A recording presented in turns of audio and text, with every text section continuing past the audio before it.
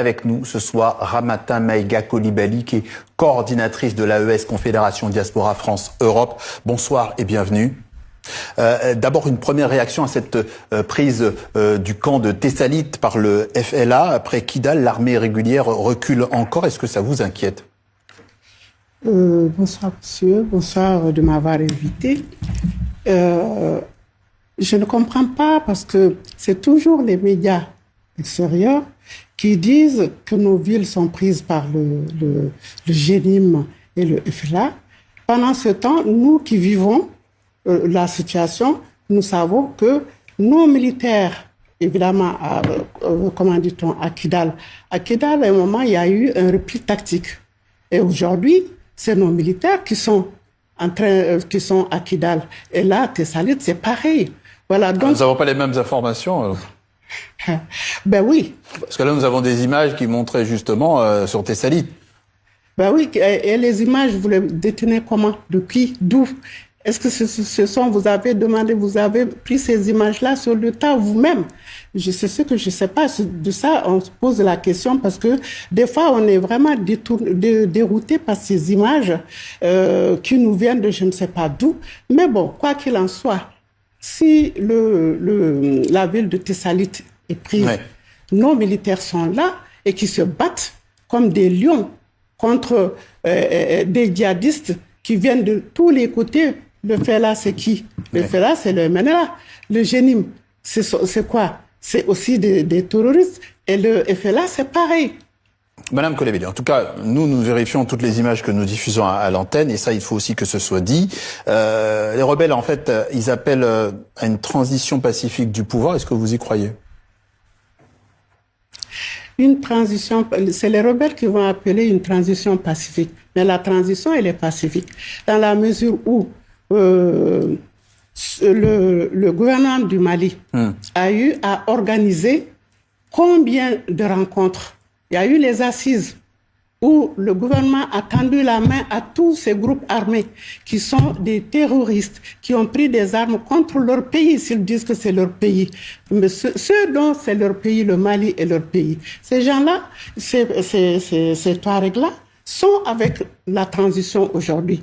Ils sont dans le CNT, ils sont ministres, mais ceux qui restent avec les armes et qui ne se reconnaissent pas dans l'État malien, pour nous, ce sont des terroristes. Alors, les armes, vous le dites effectivement, il y a des prises des armes, on parle de militaires. Est-ce qu'on ne vit pas un peu aussi l'échec de cette logique militaire? Est-ce que, je pose la question autrement, est-ce qu'il faudrait peut-être revenir à un gouvernement civil? Monsieur, le gouvernement, il est civil. Le gouvernement, pourquoi vous parlez de gouvernement civil? Au jour d'aujourd'hui, nous avons... mais il est dirigé principalement par les militaires. Oui.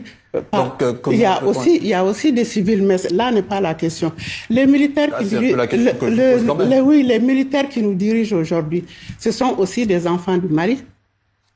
Avant d'être militaires... Mais pour vous, il n'y a pas de différence entre un gouvernement militaire et un gouvernement civil, que ce soit des civils ou des militaires? Les gouvernements civils qui étaient là depuis les indépendances, après le gouvernement de notre premier président Modibo Keïta, qu'est-ce qu'on a eu? On a eu des civils qui étaient au pouvoir.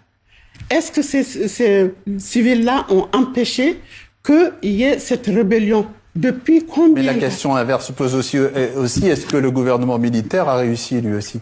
Lorsque le gouvernement militaire est arrivé, pour le Mali était rouge, jaune-rouge. Et pourtant, on avait la communauté internationale qui était là pour nous aider. Mais c'est la même communauté internationale qui a mis toute la carte du Mali en rouge. Au jour d'aujourd'hui, nous avons nos militaires qui sont là, ont recouvré au moins 80% du territoire. Oui. Vous-même, vous considérez quoi, comme une militaire ou comme une civile? Moi, je me considère comme un Malien qui se bat pour son pays. Pendant très longtemps, nous avons vécu la terreur des gens qui nous terrorisent. Nos enfants ne vont pas à l'école, nos femmes les femmes ne peuvent pas sortir. Au jour d'aujourd'hui, les militaires sont au pouvoir. Gao, moi je suis du Nord, je suis de Gao. Et ma ville de naissance est au centre des 3 frontières. Demain, donc je sais de quoi je parle. Demain à Paris, vous organisez un rassemblement. Oui. Vous devez remettre un mémorandum, c'est ça, à l'ambassade du Mali, c'est ça? Voilà, tout à fait. Que dit ce mémorandum dans les grandes lignes?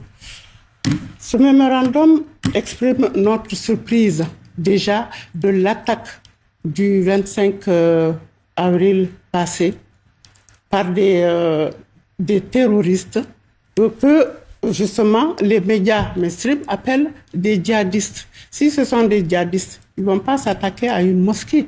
Parce que les djihadistes, ils se disent qu'ils font, c'est pour la religion. Et quand ils s'attaquent à une mosquée et tuer les gens dans la mosquée, on les appelle comment?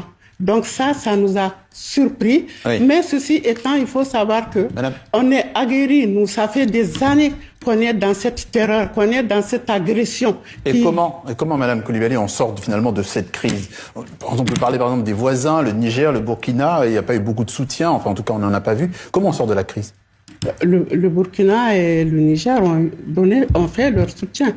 Il y a eu je ne sais pas où vous ne les avez pas vus, mais l'AES constitue 15 000 hommes qui sont sur le front et qui se battent aux côtés des... On ne les a pas vus intervenir sur le terrain, sur les dernières attaques. Ben, peut-être que vous ne les avez pas vus, mais en tout cas, nous les Maliens, de l'intérieur comme de l'extérieur, nous les sentons que l'AES est là, soudée, et comme voilà, la charte de l'AES le dit. Ramata Maïga Coulibaly, coordinatrice de l'AES, Confédération Diaspora France-Europe.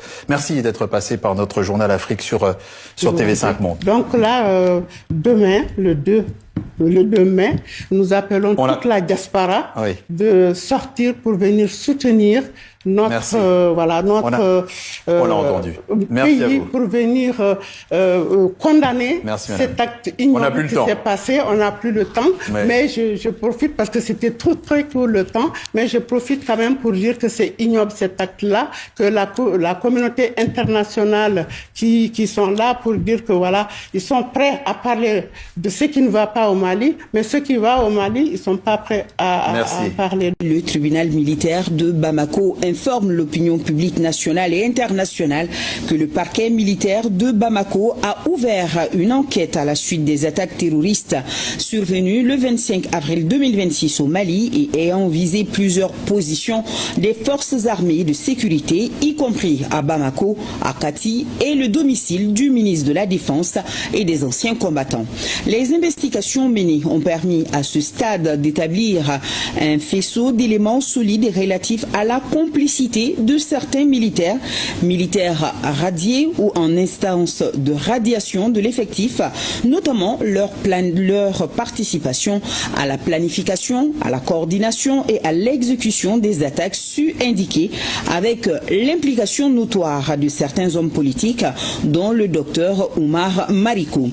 L'enquête qui confirme en outre la participation du nommé Alassane Diallo, dit Abedi, militaire radié, mort au cours des combats et en visé Kati, a également permis d'identifier comme présumé co-auteurs et complices les nommés.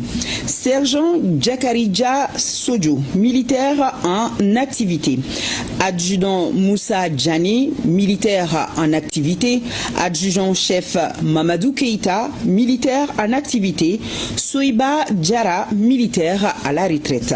Les premières interpellations ont été faites avec succès et tous les autres auteurs, co-auteurs et complices sont activement recherchés. Le procureur de la République près le tribunal militaire de Bamako félicite les unités d'enquête